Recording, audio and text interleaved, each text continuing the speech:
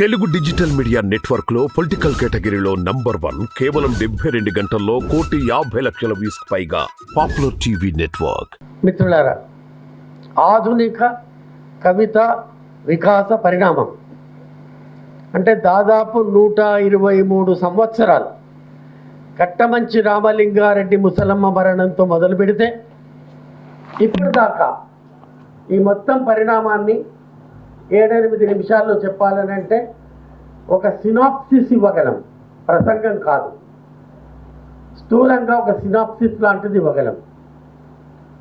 మిగతా వక్తలు అనేక అంశాలు స్పృశిస్తారు. ఎట్లయినా అసలు ఆధునికత అంటే ఏమిటితో ప్రారంభిస్తారు. భారతీయ జనజీవితంలో సమాజంలోనూ జీవితంలోనూ విశ్వాసాలలోనూ ఆచార వ్యవహారాలలోనూ ఒక కొత్త తరాన్ని ప్రవేశపెట్టిన ప్రక్రియ ఆధునికత. సమాజంలో కొత్తదనం, జీవితంలో కొత్తదనం, సాహిత్యంలో కొత్తదనం ప్రవేశపెట్టిన ఒక ప్రక్రియ ఉన్నది. ఈ ప్రక్రియ శూన్యంలోంచి రాలేదు. విద్యాలయాలు, విశ్వవిద్యాలయాల స్థాపన, పత్రికలు, ప్రచురణ సంస్థలు, ఆంగ్ల విద్య, పాశ్చాత్య సాహిత్యంతో పరిచయం, రోడ్డు రవాణా సౌకర్యాలు, రైలు రవాణా సౌకర్యాలు, విమానయాన సౌకర్యాలు, ఇలాంటి అన్ని కారణాలతో జీవితం మారింది, వేగవంతమైంది, విశ్వాసాలు మారినాయి. వీటి నుంచి వచ్చిన కొత్త సంప్రదాయాలు, కొత్త నమ్మకాలు, కొత్త జీవితం, వీటి నుంచి వచ్చింది ఆధునికత. ఈ ఆధునికను ప్రతిబింబించిందే ఆధునిక కవిత్వం. ఈ ఆధునిక కవిత్వం స్థూలంగా ఒక మాటలు చెప్పాలంటే ఆధునిక కవిత్వం అంటే ఉద్యమాల కవిత్వము, సాహిత్య ఉద్యమాల కవిత్వం, సామాజిక ఉద్యమాల కవిత్వం, రాజకీయ ఉద్యమాల కవిత్వం, ఆర్థిక ఉద్యమాల కవిత్వం, సాంస్కృతిక ఉద్యమాల కవిత్వం. స్థూలంగా 20వ శతాబ్దం ప్రారంభం నుంచి ఇవాళటి దాకా మాట్లాడుకుంటే 20వ శతాబ్దం ప్రారంభంలోనే మనకు ఇందాక అనుకున్నట్టు కట్టమంచి ముసలమ్మ మరణం, అది వస్తువులో కొత్తదనము, ఛందస్సులో పాతదనం ఉన్నప్పటికీ మనిషి అన్న ఒక కేంద్ర బిందువును సాహిత్యానికి తెచ్చింది. గ్రామ సంక్షేమం కోసం ఆత్మార్పణము చేసుకున్న ఒక యువతి కథతో ప్రారంభమైంది ఆధునిక కవిత్వం. ఈ మొత్తం ఆధునిక కవిత్వానికి ప్రాణబిందువు మనిషి. ఈ మొత్తం ఆధునిక కవిత్వానికి కేంద్ర బిందువు సమాజం, సమాజంలో ఉన్న సంఘర్షణలు, సమాజంలో ఉన్న వైరుధ్యాలు, సమాజంలో ఉన్న వైవిధ్యం, సమాజంలో ఉన్న మానవ విలువలు, వీటికి సంబంధించింది. మొత్తము ప్రాచీన సాహిత్యం 900 సంవత్సరాల పాటు రాజ్యమేలిన ప్రాచీన సాహిత్యంలో జరిగినన్ని మార్పుల కన్నా, జరిగినన్ని పరిణామాల కన్నా, కలిగినన్ని ప్రకంపనల కన్నా ఎక్కువ పరిణామాలు, ఎక్కువ ప్రకంపనలు, ఎక్కువ మార్పులు జరిగింది ఈ ఆధునిక సాహిత్యంలోనే. అందులో ప్రధానంగా ఆధునిక కవిత్వంలోనే అనేక ధోరణులు వచ్చినాయి, అనేక ఉద్యమాలు వచ్చినాయి, అనేక ప్రకంపనలు వచ్చినాయి, అనేక భావధారలు వచ్చినాయి, అనేక ప్రపంచిక దృక్పథాలు వచ్చినాయి. దీనికి ప్రధానమైన కారణం 19వ శతాబ్దం ముగింపు నాటికే వ్యక్తులు స్వేచ్ఛ కోసం పోరాడడం, జాతులు విముక్తి కోసం పోరాడడం, దేశాలు స్వాతంత్ర్యం కోసం పోరాడడం జరిగింది. కాబట్టి వ్యక్తి స్వేచ్ఛ, జాతుల విముక్తి, దేశాల స్వాతంత్ర్యం ఎజెండాగా ఆధునిక కవిత్వం ప్రారంభమైంది. స్వేచ్ఛ, సమానత్వం, సౌభ్రాతృత్వం ప్రాతిపదికగా ఆధునిక కవిత్వం మొదలైంది. దేశమంటే మట్టి కాదోయ్, దేశమంటే మనుషులోయ్ అన్న నూతన ఆలోచన విధానం భారతీయ సాహిత్యానికి, కేవలం తెలుగు సాహిత్యానికే కాదు. అంతకుముందున్న ఆలోచన దేశం అంటే మట్టి, కానీ దేశం అంటే మనిషి, దేశం అంటే నదులు కాదు నరులు అన్న కొత్త ఆలోచననిచ్చింది. మనిషి చేసిన రాయి రప్పకు మహిమ కలదని సాగి మొక్కెద వేళ బేల అని గురజాడ ప్రశ్నించినాడు. నలుగురు మహనీయుల్ని గుర్తు చేసుకోవాలి ఆధునిక కవిత్వం లేదా ఆధునిక సాహిత్యం అన్న సందర్భంలో. ఒకరు కందుకూరి వీరేశలింగం పంతులు, 2 గిడుగు రామ్మూర్తి, 3 గురజాడ అప్పారావు, 4 సురవరం ప్రతాప్ రెడ్డి. కందుకూరి సంఘ చైతన్యం, సామాజిక చైతన్యం, సామాజిక సంస్కరణ. గిడుగు భాషా సంస్కరణ. గురజాడ సాహిత్య సంస్కరణ. సురవరం ప్రతాప్ రెడ్డి సాంఘిక చరిత్ర చైతన్యం. ఈ 4 మహనీయుల కృషి వలన ఆధునిక భావజాలము భాషలో, భావ వ్యక్తీకరణలో, ఛందస్సులో కొత్త మార్పును తెచ్చింది.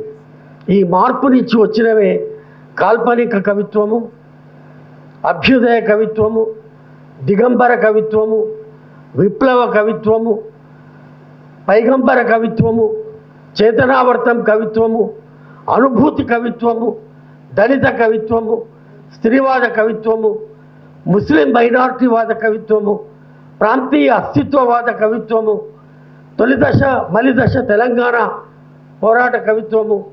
ఇవి ఒక రకమైన వర్గీకరణ అనుకుంటే, భారత జాతీయోద్యమ కవిత్వము, ఆంధ్రోద్యమ కవిత్వము, తెలంగాణ సాయుధ రైతాంగ పోరాట కవిత్వము, ఆంధ్ర రాష్ట్ర నిర్మాణ ఉద్యమ కవిత్వము, ప్రత్యేక తెలంగాణ 69 నాటి కవిత్వము, ప్రత్యేక తెలంగాణ 1996 తర్వాత నాటి కవిత్వము, అట్లాగే 1985 తర్వాత నుంచి సంచలనాన్ని సృష్టించిన స్త్రీవాద కవిత్వము, దళిత కవిత్వము, ముస్లిం మైనారిటీవాద కవిత్వము, ప్రపంచీకరణ కవిత్వము. ఇవి ప్రధానంగా వర్గీకరించుకోవడానికి వీలున్నది. ఇప్పుడు నడుస్తున్నది ప్రపంచీకరణ దుష్పరిణామాలు, సరళీకరణ, ప్రైవేటీకరణ, ప్రపంచీకరణ. ఇంకా ఇప్పుడు మరీ సమకాలీనంగా మాట్లాడుకోవాలంటే ఆదానీకరణ, అంబానీకరణ. ఈ ఆదానీకరణ, అంబానీకరణలు పోర్టులు మొదలుకొని ఎయిర్పోర్టుల దాకా ఎట్లా దురాక్రమణ చేస్తున్నాయి, ఎట్లా భారతీయ జన జీవితాన్ని ప్రభావితం చేస్తున్నాయి. వీటన్నింటి గురించి చాలా అద్భుతంగా రాస్తున్నారు. ఈ ఉన్న పరిమితిలో కొటేషన్స్ కానీ కవుల పేర్లు కానీ చెప్పడం ద్వారా మరికొంతమందిని మర్చిపోయే ప్రమాదం ఉంది. అందుకని వాటి జోలికి పోకుండా ప్రపంచీకరణను బాగా ప్రభావితం చేసిన మిగతా అందరి లిస్టు, జాతీయోద్యమ కవిత్వం అనగానే గరిమెల్ల సత్యనారాయణ, గురజాడ రాఘవ శర్మ, చిలకమర్తి లక్ష్మీ నరసింహం, మంగిపూడి సోదరులు, వీళ్ళందరూ గుర్తొస్తారు. తెలంగాణ సాయుధ రైతాంగ పోరాటం అనగానే సుద్దాల హనుమంతు, యాదగిరి, సియ చప్పన్న, గంగారాం, తిరునగరి రామాంజనేయులు, వీళ్ళందరూ గుర్తొస్తారు. ఆంధ్రోద్యమ కవులు అనగానే వేములపల్లి శ్రీకృష్ణ, పులుపుల వెంకట శివయ్య లాంటి కవులు గుర్తొస్తారు. 69 నాటి కవిత్వం అనగానే ఒక విప్లవ శంఖం, ఒక విప్లవ ఢంకా గుర్తుకొస్తాయి. అట్లాగే మలిదశ తెలంగాణ పోరాటం అనగానే ఒక గోరటెంకన, ఒక నందిని సిద్ధారెడ్డి, ఒక మన అందశ్రీ, వీళ్ళందరూ గుర్తొస్తారు. అట్లాగే ప్రపంచీకరణ అనగానే కృష్ణమూర్తి యాదవ్, అద్దెపల్లి రామ్మోహన్ రావు, నందిని సిద్ధారెడ్డి, దర్భశయనం శ్రీనివాసాచార్య, వీళ్ళందరూ కవులు గుర్తొస్తారు. మన నరసింహ దస్కత్ చేసిండు, మన బతుకులు మనకు తెలియకుండానే మారిపోతున్నాయి అన్నాడు కృష్ణమూర్తి యాదవ్. మన నరసింహ దస్కత్ చేసిండు, మన బతుకులు మనకు తెలియకుండానే మారిపోతున్నాయి.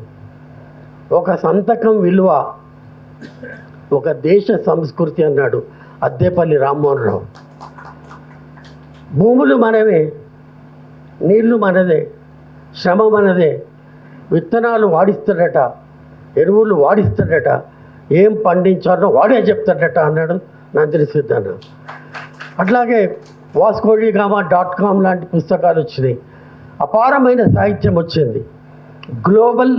గ్లోబలైజేషన్ కథలు అనే పేరుతో ఓ కథల పుస్తకాన్ని, ప్రపంచీకరణ ప్రతిధ్వని అనే పేరుతో ఒక కవితల పుస్తకాన్ని ఎడిట్ చేశాను నేను. నా సంపాదకత్వంలో 2 పుస్తకాలు కూడా వచ్చినాయి. ఈ రకంగా మొత్తం ప్రకంపనలు, సంచలనాలు, పరిణామాలు, వీటితో వికాసము చెందుతూ సుసంపన్నమవుతూ ఉంది ఆధునిక కవిత్వం. నిరంతరం ప్రతి దశాబ్దానికి ఒక కొత్త సంచలనం. ఇదివరకు శతాబ్దాల పాటు ఎప్పుడో 11వ శతాబ్దంలో ప్రారంభమైన పురాణ కవిత్వము 400-500 ఏళ్ల పాటు కొనసాగింది. ఎప్పుడో 16వ శతాబ్దంలో ప్రారంభమైన ప్రబంధ కవిత్వము 300 ఏళ్ల పాటు కొనసాగింది. కారణం, జీవితం చాలా నెమ్మదిగా నడిచేది. అదే వ్యవసాయ జీవితం, అదే కుల వృత్తులు, అదే నాగలి, అదే కుమ్మరి, అదే కమ్మరి. ఆ జీవితము మార్పు చాలా ఆలస్యంగా జరిగేది. కాబట్టి కవిత్వంలో కూడా మార్పు ఆలస్యంగా జరిగింది. కానీ ఆధునిక సందర్భంలో జీవితం ప్రతి దశాబ్దానికి ఒక రకంగా మారుతుంది, పరిణామం చెందుతుంది. మారుతున్న పరిణామాలకు అనుగుణంగానే కవిత్వం మార్పు చెందుకుంటూ నిత్య నూతనమవుతూ కొత్త తరాన్ని సృష్టించుకుంటూ ఉన్నది. 2017లో ప్రపంచ తెలుగు మహాసభలు జరగడానికి ముందు నాలాంటి వాడికి ఒక దిగులు ఉండేది. అసలు మా తరం తర్వాత ఒక కొత్త తరం కవులు వస్తారా, కొత్త తరం కథకులు వస్తారా, అసలు ఎవరైనా చదువుతారా, ఎవరైనా రాస్తారా అని దిగులు ఒకటి ఉండేది. కానీ ప్రపంచ మహాసభల తర్వాత పరిణామము, ప్రతి జిల్లాలో 100కు తగ్గకుండా కవులు తయారైనారు. జిల్లా స్థాయి కవి సమ్మేళనాలు జరుగుతున్నాయి, జిల్లా స్థాయి సదస్సులు జరుగుతున్నాయి. ఇది మంచి పరిణామం. క్వాంటిటీ రానివ్వండి, క్వాలిటీ దానంతటా అదే ఎమర్జ్ అవుతుంది. వాట్సాప్ కవిత్వం అంతా కవిత్వం కాదు, కానీ కొంత కవిత్వం కూడా ఉన్నది. అందుకని ఏమిటంటే కదలాలి, శ్రీశ్రీ చెప్పినట్టు కదిలేది కదిలించేది, మారేది మార్పించేది, పాడేది పాడించేది, పెనునిద్దుర వదిలించేది, ముందుకు నడిపించేది, పరిపూర్ణపు బతికిచ్చేది కావాలోయ్, నవకవనానికి కావాలోయ్ అని చెప్పేది ఇవాళటికి వేదంగా ఉన్నది అని చెప్తూ ముగింపులో ఇవాళ కమ్మరి కొలుములు కవిత్వమై మండుతున్నాయి, కుమ్మరి చక్రాలు కథల్ని తయారు చేస్తున్నాయి, సాలెల మగ్గాలు నవలల్ని నేస్తున్నాయి, జాలరి పగ్గాలు నాటకాల్ని పడుతున్నాయి. ఇది కొత్త పరిణామం. ఇక ముగింపులో యాకూబ్బాయ్ చిన్న కవితతో ముగిస్తాను, ఎందుకంటే నేను కవిని కాబట్టి. నా బాల్యం హైదరాబాద్ పాత నగరం. 5 అన్నాదమ్ములు, 5 అక్కా చెల్లెళ్ళు, అమ్మమ్మ, తాత, నాయనమ్మ, తాత, అమ్మ, నాయన, మేనమామ, మేనత్త, మేము 10 మంది సంతానం. ఇంటి నిండా మనుషులే ఉండేవారు. ఎవరైనా బంధువు ఇంటికి వస్తే మా అమ్మ మమ్మల్ని పరిచయం చేస్తూ, వీడు పెద్దోడు 10వ తరగతి, ఈ నడిపిది 8వ తరగతి, ఈ బుడ్డోడు 3వ తరగతి అని మమ్మల్ని పరిచయం చేసేవారు. బహుశా వారు మమ్మల్ని చూడడానికే మా ఇంటికి వచ్చేవారు. అది మా బాల్యం. నా యవ్వనం హైదరాబాద్ కొత్త నగరం. మా బాల్యంలో ఏడాదికి ఒకసారి నేను నుమాయిష్కి వెళ్ళేవాడిని. ఆ నుమాయిష్లో washing machine, dish washer, microwave, grinder, laptop, desktop వస్తువులే ఉండేవి. కొనడానికి డబ్బులు లేక ఒక పిట్టి ఒక లాయిలప్ప కొని వెళ్ళేవాళ్ళం. అర్ధరాత్రి టిప్ టిప్ టిప్ చప్పుడిని మా వీధిలో సత్యనారాయణ నుమాయిష్కి పోయినాడని అనుకునేవారు. అది నా బాల్యం. ఇప్పుడు నా యవ్వనం హైదరాబాద్ కొత్త నగరం. మేమిద్దరము, మాకిద్దరే. ఆ ఇద్దరు రెక్కలొచ్చి విదేశాలకు వెళ్ళిపోయిన తర్వాత ఇప్పుడు ఇంట్లో మిగిలాం మేమిద్దరమే. ఇప్పుడు మా ఇంట్లో ఒక వాషింగ్ మిషన్, ఒక డిష్ వాషర్, ఒక మైక్రోవేవ్, ఒక గ్రైండర్, ఒక ల్యాప్టాప్, ఒక డెస్క్టాప్, వస్తువులే ఉన్నాయి. ఎవరైనా బంధువులు మా ఇంటికి వస్తే మా ఆవిడ వాటిని పరిచయం చేస్తూ, ఈ washing machine made in Japan, ఈ dish washer made in Korea, ఈ ఎల్సిడి మేడ్ ఇన్ చైనా, పాపం వీడు ఒక్కడే మేడ్ ఇన్ ఇండియా అని వస్తువులతో పాటు నన్ను కూడా పరిచయం చేస్తుంది. ఇప్పుడు వారు వస్తువులను చూడడానికే మా ఇంటికి వస్తున్నారు. మా బాల్యంలో ఇంటి నిండా మనుషులు ఉండేవారు, వస్తువులను చూడడానికి దుబాయ్కి వెళ్ళేవాడిని. ఇప్పుడు మా ఇంటి నిండా వస్తువులు ఉన్నాయి, ఇదిగో మంచి మనుషులను చూడడానికి ఇక్కడికి వచ్చాను. నమస్కారం.